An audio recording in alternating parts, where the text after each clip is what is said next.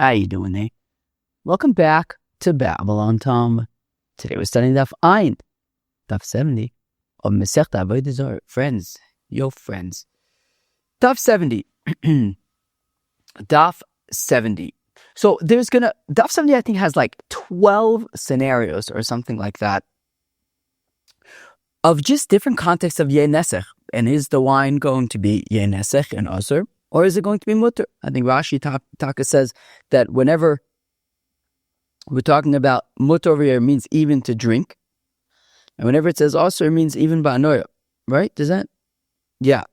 Right. Rashi says, Kol shari da'acha, whenever it talks about permitted, shari af b'shisiya, it means even to drink. Dali naga ka'aminu v'chol asir da'acha af ba'anoya. And whenever we say asur, it's even ba'anoya. So basically, we're going to have 12, I believe, different contexts of potential yayn nesech, and we will discuss what is the outcome of it. How does it work? Okay, we are going to begin on Daf Samach Tes Omid Beis, 2 lines from the bottom. Says the Gemara, Omar Rove, says Rove, Zona ovedes kichovim v'yisor mesubin etz lo. Okay. So scenario number 1. I'll see if I can try to keep track of the scenarios. That would be interesting if I can keep track of the different scenarios, but I can keep track of them for now. Scenario number 1. So you have a harlot who is an Avodah Zarah. A harlot's an Avodah Zarah, and she has some men around, some clients. The harlot is an Avodah Zarah, and the clients are yidden. They're yidden with her. Chamra shari. Any wine that is with them at the table is permitted. It's not yayn nesech. Need to talk iflu yitzur da'avera, because granted that these men have a taiva for bia and for being with this harlot. However, yitzur yayn nesech lo takiflu, but their yetzer hara for yayn nesech is not particularly passionate in the same way. We're going to actually see something similar at the beginning of tomorrow's daf. But anyway, so these men that are there, while they have a big yetzer hara to sleep with the harlot, the yetzer hara is not as strong for yayn nesech, and they would ensure that any kind of yayn nesech situation is avoided. Zona Yisraelis, however, if it was flipped, if the harlot was a Jewess, and there are Ovdei Kochavim who are visiting her, Chamra Osir, the wine at the table will be considered yayn nesech, will be asur, because my time of ha'il the zila alayu basrayu grira. The answer is because in such a setting, it is considered that she's zila alayu. Literally, I guess it probably means she's cheap upon them, and therefore she will follow their lead. In this dynamic, she's going to kind of go along with whatever they are doing. And if they want to have a yayn nesech situation, so she will go along with that. Scenario number 2. Ubesa, there was a house. The Hava Yosef Be Chamra d'Yisrael, and the Gos B'Tunim adds Vigoy. So there was a house, and in this house there was wine of a Yid, and also wine of an Oved Kochavim in the same house. All Oved Kochavim. Now the Oved Kochavim went into the house. Achta l'dasha b'pei, and he locked the door behind him. The Oved Kochavim went into the house and he locked the door behind the bava. Bizul b'dasha. Now there was a crack in the door. There was a certain hole. There was a space that it would be possible to see a certain sliver of the room that the Oved Kochavim was in. Ishtikach Oved Kochavim dekai bene dane. And through this dane, through the sliver, it appeared that the Oved Kochavim was among the wine barrels. And my Rava says, Rava, Kol de lahade biza Shari. So any wine barrels that are opposite the slit in the door, i.e. any of the visible area, is permitted, because the Ovid Kochavim would not have done any yayn nesech kind of stuff in the visible area. Da'agis v'hagis are osir. But whatever is on either side of the visible area, osir.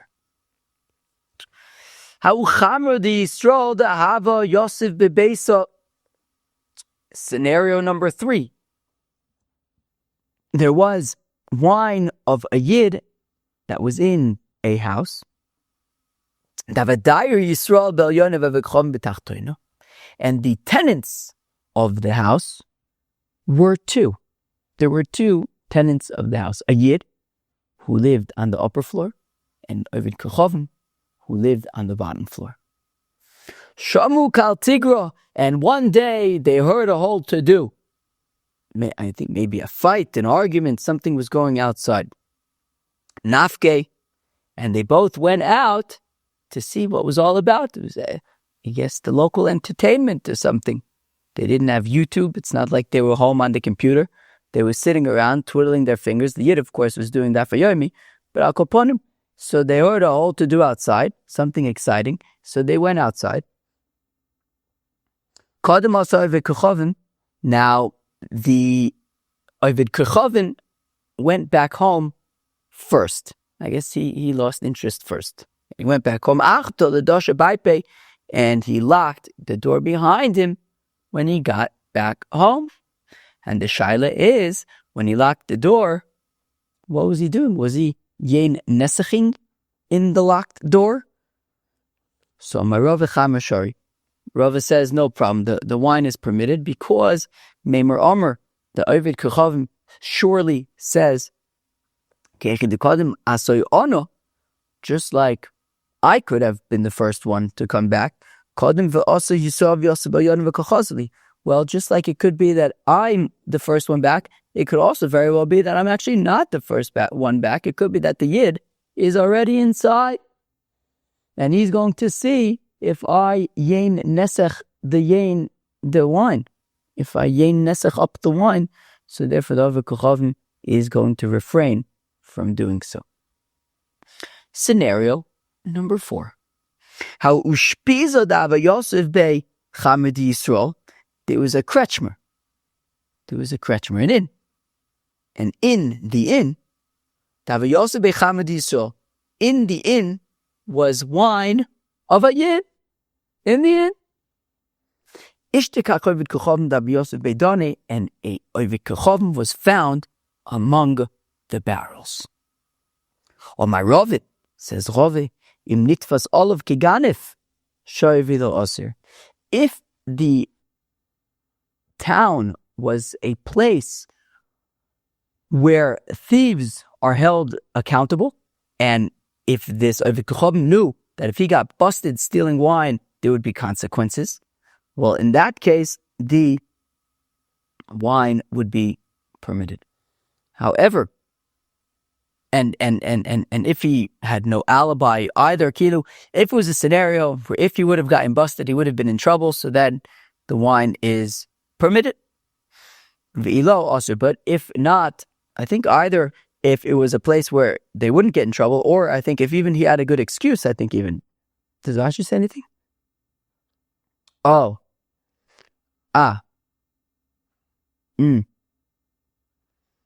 So I think actually no. So I think that's actually going to be maybe the next scenario. So I think then, therefore, in this case, okay. So I think then in this case, basically, if it's a place where there's law and order, and that people who steal get punished, well, in that case, you can assume that the Ovid Kochavim followed the laws and did not tamper with anybody else's wine. But if it's a place where we don't assume that the Ovid Kochavim would be punished for stealing, well then.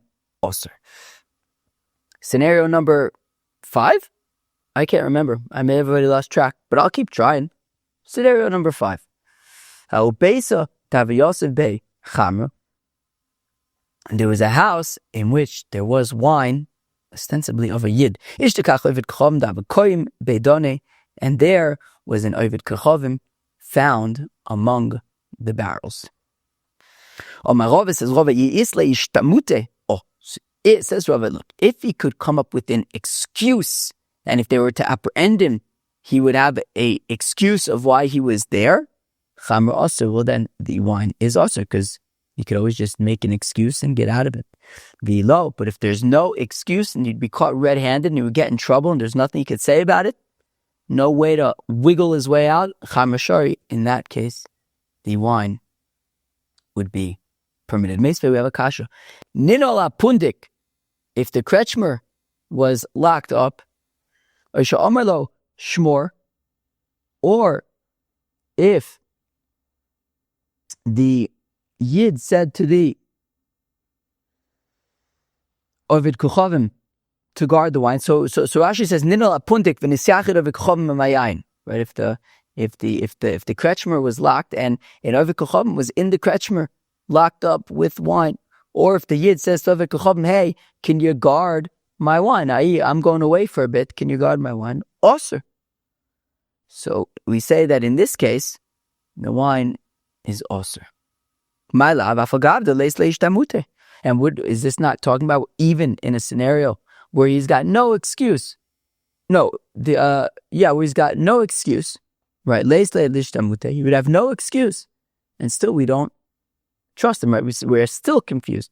We're still concerned that he messed around with the wine, even though it's a scenario where if he would have gotten busted, he would have no excuse. No, in that scenario, the reason why it's also in that scenario is because he could have had an alibi. He could have wiggled his way out of it. And that's why he's also. That's why it's also. But if he could not have wiggled his way out of it, he had no excuse, well then in that case we would say mutter, because if he would have gotten caught, he would have gotten in trouble. Yisrael,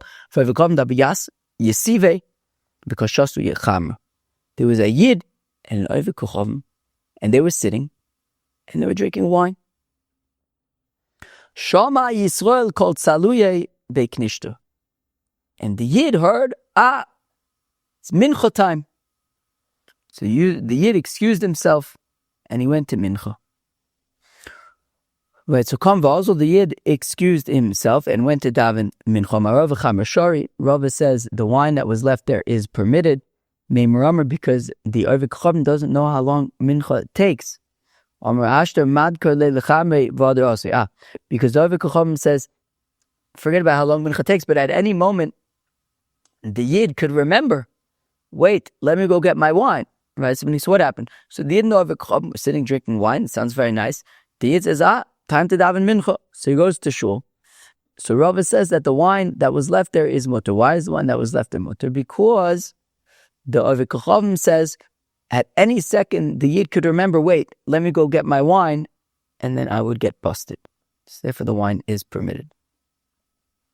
Right, again, Omar, the Ovid Kuchavim says, Ashta midkole lechamre. Now he's going to remember his wine, but also he's going to come back. So therefore, the wine is mutter, because it is what's what I'm thinking of? It is a deterrent that he might come back any minute. There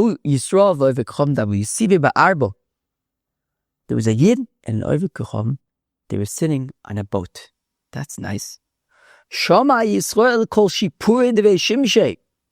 the Yid heard that they were blowing shofar as a reminder that Shabbos is starting. This is now it has double significance now, because it's Friday afternoon that I'm recording Babylon Talmud.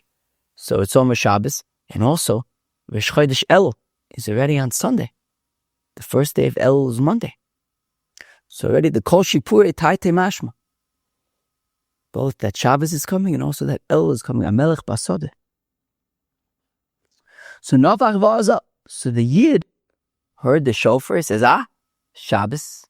And he went to go home for Shabbos.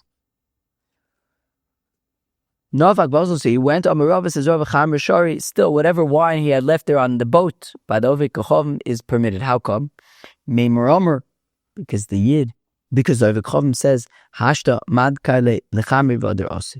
Because the Ovid Kuchavim says that at any moment the Yid may remember that his wine is here and come back. V'mishum shabsa. But 1 second, what do you mean he's going to come back for his wine? The shofar for Shabbos just came. He says, oh, Shabbos, I got to go. He's not coming back for 25 hours. What does it mean? The Ovid Kochavim is concerned he might come back for his wine. Well, says Ravit, Ha'omali Isser Gyora. Isser the proselyte told me, says Rava, Ki avinon ba'ar miyuson, when I was pre-proselyte, when I was in Ovid Kochavim, Omrinon, we would say, Yuda Eloi Mantre Shavza. We would say, obviously, the Yids are not actually Shomer Shabbos. The Mantre Shavza, because you know what? If the Yidden really were Shomer Shabbos, Kama Kise Komishtakri Beshuka, we would find a lot more wallets in Shuk Machne Yehuda. Meaning, if the Yidden were really Shomer Shabbos, if I were an Ovid Kochavim, or Isser Giora reasoned that Isser Giora, Isser the proselyte says that when I was in Ovid Kochavim, we assumed that the Yidden were not Shomer Shabbos because we figured if the Yidden were in fact Shomer Shabbos, we should be able to walk through the market, the Jewish market on a Friday night, and find all sorts of stuff, all sorts of great stuff, wallets and things that people forgot there and simply can't come back to retrieve because it's Shabbos. How could it be that every single Shabbos, everyone's got exactly what they need, nobody forgot anything outside? I should be able to walk through the market and pick up all sorts of things that people forgot and are stuck and can't retrieve them. But again, the mantre Shabbos, if the Yidden truly were Shomer Shabbos, I should be able to find lots of wallets in the shuk on a Friday night that people forgot and are unable to retrieve because it's Shabbos. But what they did not know, what the Chum did not know, is the Svirla and Rabbi Yitzchok that, well, actually we hold like Rabbi Yitzchok, the Rabbi Yitzchok says Rabbi Yitzchok, Hamotze Kis B'Shabbos, that one who finds a wallet on Shabbos, Malicho Pochis Midalid Amis, he could bring it home in increments of less than 4 Amis, right? Because of course, as we learned in Masechta Shabbos, there's an Isser there's Hotzah and Ha'avara. Was that what it's called? Well, Hotzah is Hotzah Merishus, and then there's it's basically moving something 4 Amis. What was that called? There's Hotzah, and there is oh wow, how can I not? What does Rashi say that? Remember, Akira Mitchila is that right? Of course. But anyways, Akira Nanocha, of course. Mahavara, right? Anyways, so of course, it's also on Shabbos to pick something up, move it at least 4 Amis, and then put it down. There's an Akira and an Anocha before, at the beginning and end of 4 Amis, that you're going to be chayiv for moving something in Rosh Hashanah on Shabbos. But what if you pick it up and then 3 Amis later you put it down? Pick it up, Nachamo, and 3 Amis later you put it down. You keep on doing less than 4 Amis. So Rabbi Yitzchak says, look, if you find a wallet on Shabbos, you can do that. You could retrieve it and bring it home by moving it in these small little increments of 3 Amis, of less than 4 Amis each, and that would be permitted.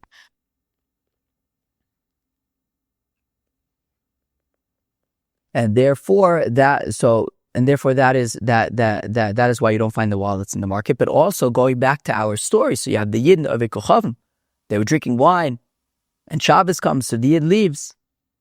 So Rav says the wine is still mutter because the Ovid Kochavim figures that the Yid might come back any minute. What do you mean? Why would he come back? It's Shabbos.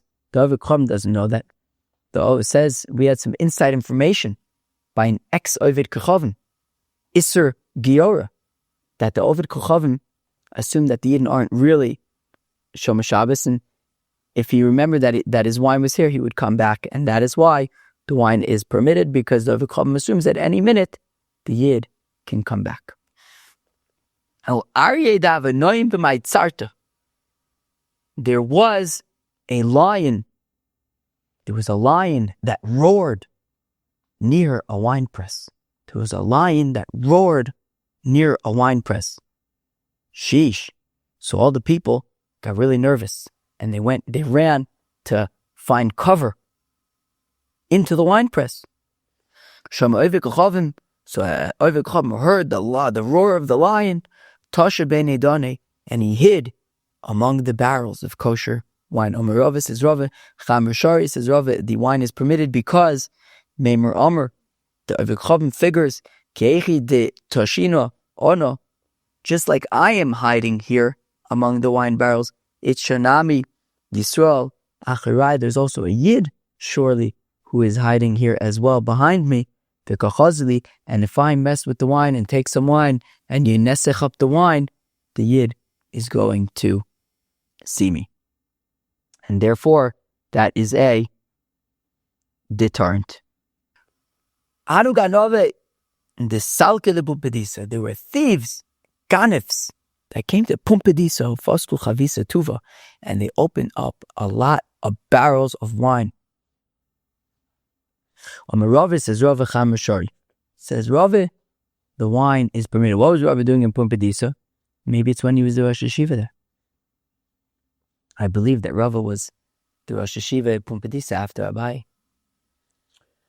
Or maybe they asked him whatever it was. So Rava says the wine is permitted. My time, how come the wine is permitted? Ruba ganove Yisrael ninu. Do you hear that?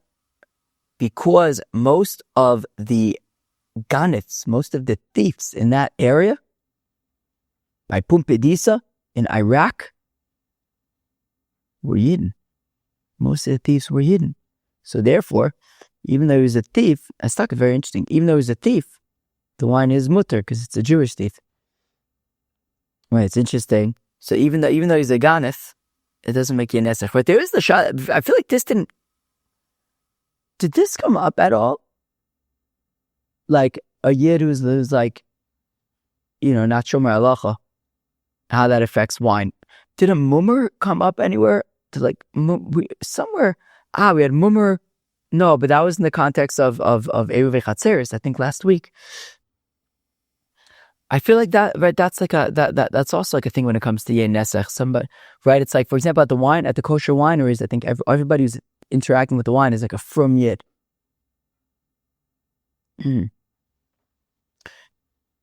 Anyway, so it's interesting. So over here we're saying that most of the thieves around Pumbedisa anyways were Yidden, so therefore there's not an issue of yayn nesech. Have uvda bin Ardoya. There was a similar incident in Nardoya where thieves were opening up wine barrels while Shmuel and said, Shmuel Chamer Shari, the wine is permitted. Keman, like whom? Kirab Eliezer. So we want to say it's like Rabbi Eliezer. Cheba, who could tell me what Rabbi Eliezer says? To Omar Sofek Bia Tor, that a Sofek entrance is Tahor. The Tanana we learn in the Mishnah. Nichnos lebiko b'mos hagshomim v'tuma b'soda plonis v'omer alachti v'mokom aloz v'niyodei im nechnasti lo isa soda im lo nechnasti Rabbi Eliezer Omer Sofek Bia Tor Sofek Maga Tomei. Chevra, what's this talking about? Sheesh. Oh, wow. I'm like a little tired. Well, I don't know. I'm like slightly under the weather. Maybe you can hear me. Also, the air conditioner has been dripping a little bit, so I turned it up. That's like really hot. What do you want me to tell you, friends? Akoponim. So this is a scenario that we have seen before. We've seen this scenario before. This is a scenario where there's a bunch of fields, okay? Fields in an open area. Now, during the summer, the fields aren't being used, right? The rainy season in the winter is when the fields, things are growing and stuff. But in the summer, they're not being used. And therefore, in the summer, people were allowed to walk through the fields. They weren't being used, so people could walk through the fields. But and therefore, it's considered Rosh Hashanah. However, in the winter, when things were growing there, people could not walk through the fields, and they're considered Rosh Hashanah. And this is an afkamina for Tuma. Safek Tuma, B'Rishus Harabin, Sveiko Tahor. Safek Tuma, B'Rishus Hayochid, Sveiko tameh. So now it says Rabbi Eliezer, look. The question is, what's the suffix? So if you have, these different fields in this open area, and there's tumah in one of the fields. So there's two possible suffix. One suffix is, did you go into that particular field or not? That's suffix bia. Did you even go into the field that has tumah? The other suffix is that if you did go into the field, did you touch the corpse or whatever? So if the question is about suffix maga, did you touch the corpse or not? That would be sveiko taming, right? So we consider it just a yachid because it's the winter. And if you're not sure if you touched the corpse, so it would be suffix tuma b'shus hayachid also. But if the suffix is whether you went into that particular field or not, well then Rabbi Eliezer would say that the suffix is tahor. That's suffix bia. So now back to our Gemara. So again, there was a similar thing that happened in Ardah. Thieves came and opened barrels from Shmuel, and Shmuel said, Chamra Shari, that the wine is permitted. Kiman. Rabbi Eliezer, so we want to suggest that this should be like Rabbi Eliezer the Omar, suffix bia tahor, who says suffix bia is tahor. So I think that the concern here is that we don't know, right? In Pumbedisa we said that the Ganovim are Yid, but over here I think we don't know if the thief was a Yid or a Ovi Kochavim. So it's suffix bia. So we don't know. So if a Yid came in and was messing with the wine, so it would be okay. If an Ovid Kochavim came in and was messing with the wine, it would be unokay. It would not be okay. So therefore, it's suffix bia because we don't know, did somebody enter who shouldn't or not? Maybe the person who entered was, technically allowed, at least in terms of yayn nesech, not allowed to steal wine, but in terms of yayn nesech. So therefore, we want to say, so we want to say that when Shmuel says it was permitted, it was like Rabbi Eliezer, who said that suffix bia is tahor, and here it's suffix bia because we don't know if somebody who would yayn nesech up the wine entered, or if somebody who wouldn't yayn nesech up the wine entered. The Tanan, as we learn in the Mishnah, and here's the Mishnah with regard to those fields in the open area. The Tanan nechnas lebika bimos hageshamim. Somebody goes in to is a bigger like a valley or something, but I think the point is it's an open area where there are fields. In Bimos Agasham during the winter, when farmers are growing things and no trespassing, so it's considered just a yochid area. Vituma besada plonis, and there's a corpse in one of the fields. The Omer alachti b'makom alaz, and a person says, I went to this area. Ve'en yodem nichnasti dosa sada or no nichnasti. I don't know. Did I go into that particular field that has the corpse or not? I don't know if I went into that field or not. Rabbi Eliezer Omer says, Rabbi Eliezer, suffix bia, tahor, suffix maga, tamei. Says Rabbi Eliezer, look, if you're not sure bechlal, if you went to that particular field, you are tahor. If you know that you went into that particular field, what you're not sure about is whether you interacted and touched the tumah. That would be, that suffix would be tamei. So we want to say, therefore, that when Shmuel ruled that the wine was mutter when these thieves came to town, it's because maybe Shmuel was like Rabbi Eliezer, that this would be considered suffix bia. We don't know if there was a person who entered in and interacted with the wine who would have made the wine yayn nesech or not. Depends if it was a yid or an ovid kochavim, low. We say that's not the reason. Shiny hosam, it's different. In the case of these thieves who came to town, the thing is that there are some of these ganovim who would open up the barrels not because they wanted the wine, but because they wanted money maybe there was money, maybe there's jewelry, who knows? Maybe there could have been things hidden in the barrels. So they just open up the barrels to see if there's anything good to find and to steal in those barrels, but they're not interested in the wine per se. So therefore it's a sveka. There's a double suffix. Suffix number one is we don't know bichlal who entered. Was it a yid? In which case there wouldn't be any yayn nesech, or maybe it was an oved kochavim, in which case there would be yayn nesech. The thing is that even if it was an oved kochavim, it also depends what his intention was. Was his intention for the wine? But maybe his intention was he was just looking for things to steal. So therefore, because we don't know, it's a double suffix. Was it a yid or an oved kochavim? And even if it was oved kochavim, was he planning to steal or was he planning for the wine? So it's a sveka, and therefore that is why it's mutter. Now it's interesting because we have been spending so much time over the past few weeks defining yayn nesech and who touched it, how he touched it, etc.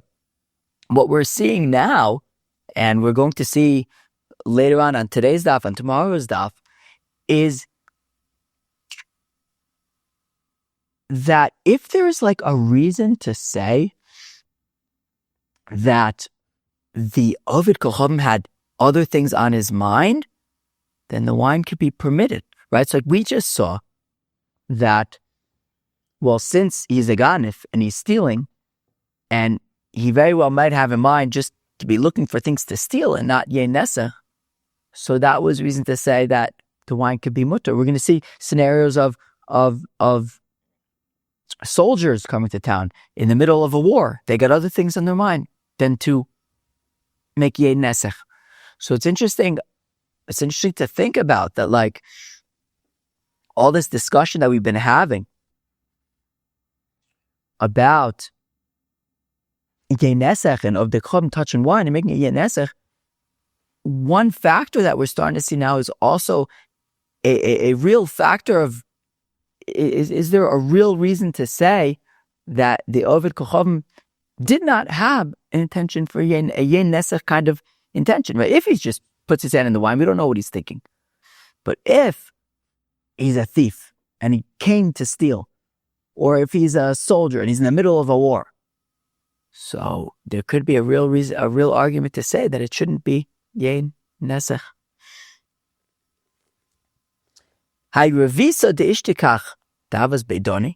There was a young girl that was found, an ovedes kochavim girl that was found among the barrels. And she had some foam that came from the wine. She had foam on her hands. Rava says that the wine is nonetheless permitted. Amar mikaba de chavisa shakalte. I'll say that she took this foam from the outside of the barrel and did not touch the wine itself.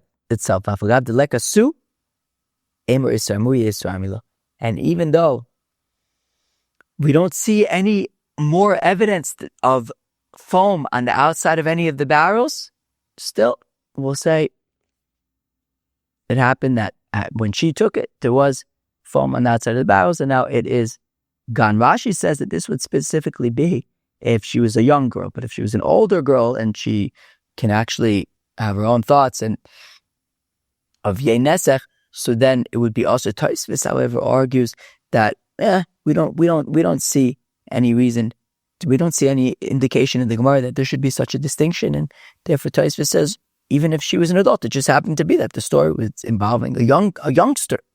But if she was an adult, so it would also be permitted. How pumusa? There's a pumusa. Who could tell what a pumusa is? I just turned on the air conditioning. Hopefully I can get like a new one. Oh gosh, sheesh. Okay, how pumusa? There was a pumusa. Who could tell what a pumusa is? Pumusa is a kind of like army soldiers or something like that. And they came to town. The Salak and Adar that they came to Nadar. Pasu chavisa tuba, and they opened up a lot of wine barrels. Also, Rav Dimi, when Rav Dimi came, Omar, he said, Uvda avo kame derbaloza v'shor. So when Rav Dimi came, he says that a similar thing happened with Rabbi Lazar in Eretz Yisrael, Vishara, and he permitted the wine barrels. I don't know. I don't know if it's because he holds like Rabbi Eliezer that there was this kind of suffix bia, right? That we don't know who went in there. Who was these pulmusa? Who was these soldiers? Were they Yidden? Were they of the Kochavim? Domer suffix biatar. There, Rabbi Eliezer says suffix biatar, and I didn't know if the point was that the wine was mutter because maybe Yidden went in there, maybe of the Kochavim went in there. Or maybe he said it's permitted because just poshit. Most of those soldiers who are coming with the pulmusa are dafka Yidden. Okay, so the way that Rashi learns it is that, well, the Gemara then actually assumes now that most of the soldiers were ovdei kochavim, and if that's the case, it's not a suffix bia suffix or not. Kilu, whoever went in there was an oved kochavim. That's for sure. It's not like maybe it was a yid. No, it was an oved kochavim. Whoever went in there was an oved kochavim, and therefore, it's right. It's not suffix bia, it's suffix magu. The question is, Pashit, what was their intention when opening the wine? Came in the mafteche tuva, since they opened way too many barrels. The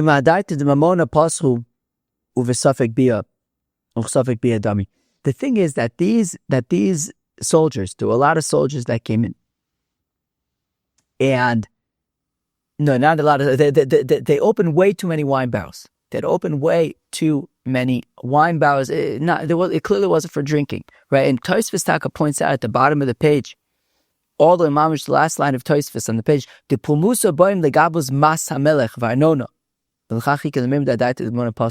These pulmusa people, they were soldiers. They weren't fighting battles. They were coming to enforce the taxes of the kings and things like that of the king, and therefore.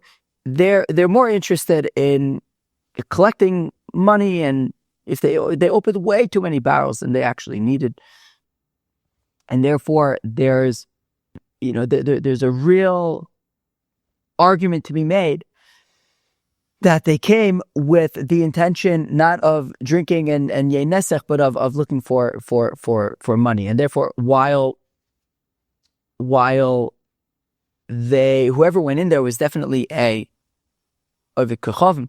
However, we don't know what their reason was. Was it for money, or was it for the nesech?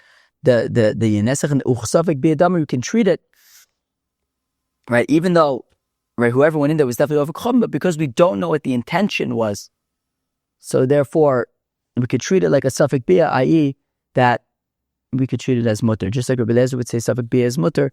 So Rabbi Eliezer, so Rabbi Lazar, right? So Rabbi Nimi is talking about with Rabbi Lazar. Rabbi Lazar said taka, it is mutter. Ha'imasuvisa the mashle la iklida la ovedes kocham. There was a Jewish winemonger who gave her the keys to her house, to wherever the wine was, to an ovedes kocham Omar Rabbi Yitzchak Omar Belazar uvda abba be'midrasha. So taka, this scenario came up in the Beis HaMedrash when they said lo masra lo ela shmiras mafteach bil vad. You hear this? So this came up in the Beis HaMedrash. You know what they said? They said, look, Chaver, let me ask you a question. How many of you have a spare key with a neighbor? How many of you have a spare key with a neighbor? Raise your hands. Let me see a show of hands. Look, people leave spare keys with neighbors. Obviously, the neighbor is not supposed to go into your house because they have a key. The point is that if for whatever reason you need a key, so it's good that a neighbor should have it. But the understanding is that you should, if you have your neighbor's key, it doesn't give you a green light to go into the house. So therefore, the same understanding was here.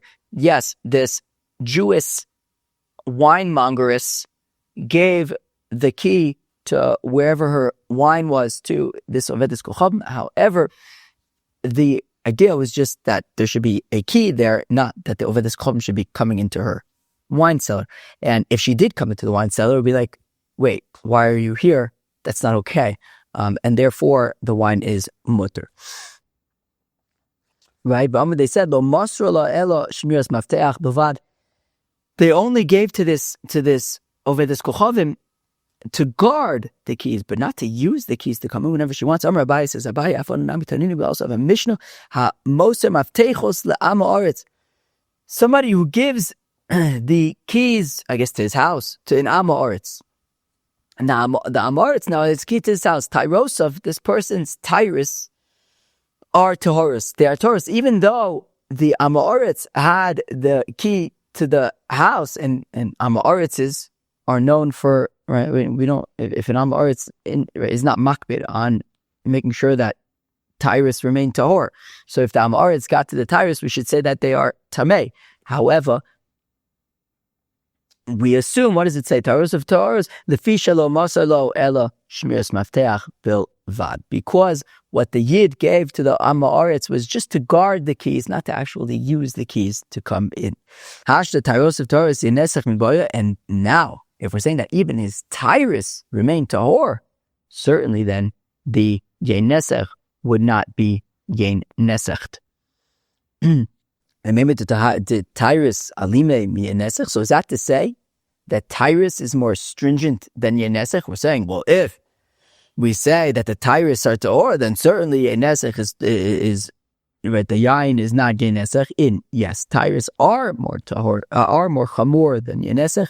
The itma that it was stated chotzer shechalka b'mesipis, a chotzer that was shared by two people, and it was divided in half, let's say, by a small little divider. It sounds more like a, what's the word I'm thinking of? What's something called when you do it just like to make a point, like what's it called? Like when you get like a fake degree because you give like a speech at a graduation or something like that. An honorary? No, that's not what I'm thinking of.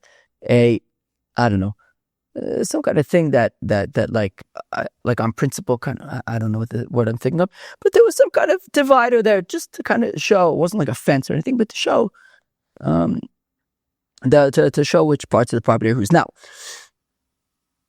it was divided with this divider. Amar Rav says, Rav Tyrosov Timeos. So if we're talking about an Am Haaretz, so says Rav, we have to assume that the Tyrus in the Chotzer, so okay, if you have a Chover and an Am Haaretz, so the Tyrus of the Chover would be considered Tamei because the Am Haaretz may have touched the Tyros. Uva Ovid Kochavim and also a Nesech. But if it's a Yid and an Ovid Kochavim who are sharing the Chotzer, the wine of the Yid would not be a nesech. So even though by Tyrus, Rab is saying that the Tyrus would be tamei, but in terms of yayn, the wine, it would not be yayn nesech. So we see that we're more stringent by Tyrus than by wine. Rabbi Yochanan Amar Af Tyrus of Taurus. Rabbi Yochanan disagrees with Rab and says actually even the Tyrus would be tahor. Meisve, however, we have a contradiction against Rab. Hapnimis shel chover v'chitzon shel Am Haaretz. If you have like a courtyard within a courtyard, like a courtyard that to get to it, you have to walk through an outer courtyard. So you have to walk through an outer courtyard to get to an inner courtyard. And one owner is a chover, somebody who is makbid on Tyra and things like that. And the other is an Am Haaretz who is not makbid on these things. So if you have a chover in the inner courtyard, and an Am Haaretz in the outer courtyard. Also, chaver shoteach sham peris. The chaver can put out his fruits in his inner courtyard. Umaniach sham kelim, and put vessels there. Vafapi sheyado shel Am Haaretz magas l'sham. And even though technically the Am Haaretz is able to go into the inner courtyard, technically if he wanted to, it's not his, he's not allowed to, but if he wanted to, he can go into the inner courtyard, and still we're saying that the Tyrus of the Chover are tahor. So why is Rav saying they're tamei? Who could tell me? Kasha l'Rav. So Amalach Rav, Rav will answer, Shiny Osam. It's different over there. Shenitfos Olav Kiganif. It's different over there because when you have two different chatzers, one within the other, well, then it would be more suspicious for the Am Haaretz to go into the separate chatzer, the inner chatzer, and if he was found there, he would be considered a thief. But I guess when you have the chatzer with that little divider, don't remember what the word is, but that little divider there, I guess it's less violation-y, I guess, for the Am Haaretz to kind of touch things on the other side. Okay. Oh, what does Rashi say? And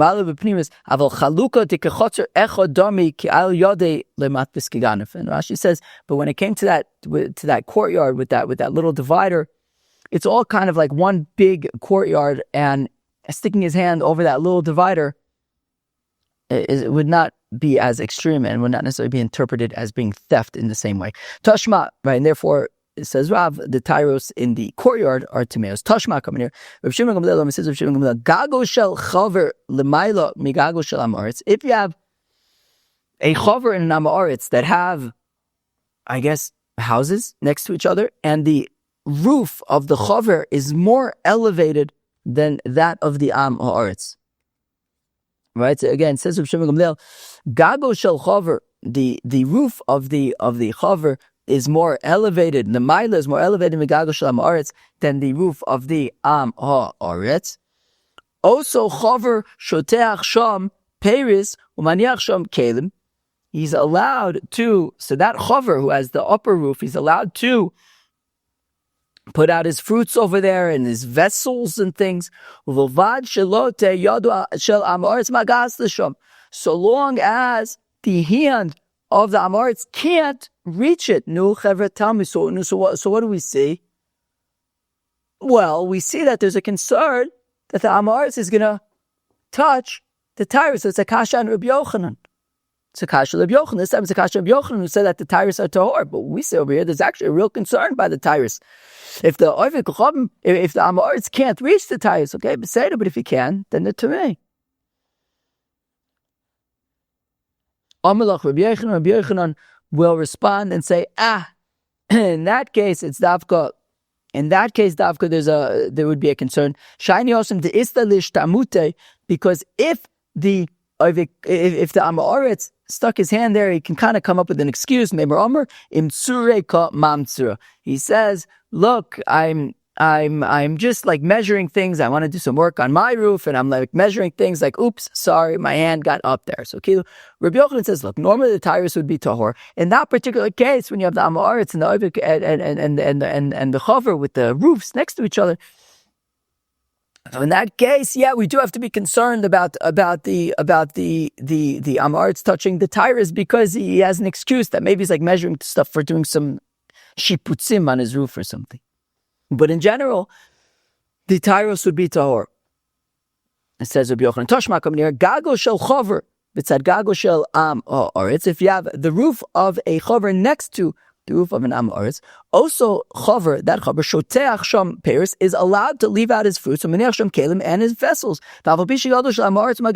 Even though the hand of the Am Haaretz can reach there, kasha l'Rav. So this time it's a kasha and Rav, because again Rav had said that the tyrus are tomei. Rav would say, Rav will say, well, we just had this brisa. Was it a brisa or a mishnah? A tosefta. Where Reb Shimon ben Gamliel seemed to be saying that if the Am Haaretz can reach the tyrus, then they're tameis. Now Rabbi Yochanan had answered that, well, he has an excuse. But Rav says, look, I say like Reb Shimon ben Gamliel, that there's a concern that the Ovik Chum will reach up and touch stuff, and yeah, we have to be concerned about tyrus. That was Daf Ayin of Masechet Avodah Zarah Shish. I was like a little bit all over the place for that daf. I hope it was okay. There was really just different scenarios of yayn nesech. What do you want me to tell you? Like, yeah, there was just like lots of different scenarios, and we said, is it yayn nesech? Is it yayn nesech? Cheers.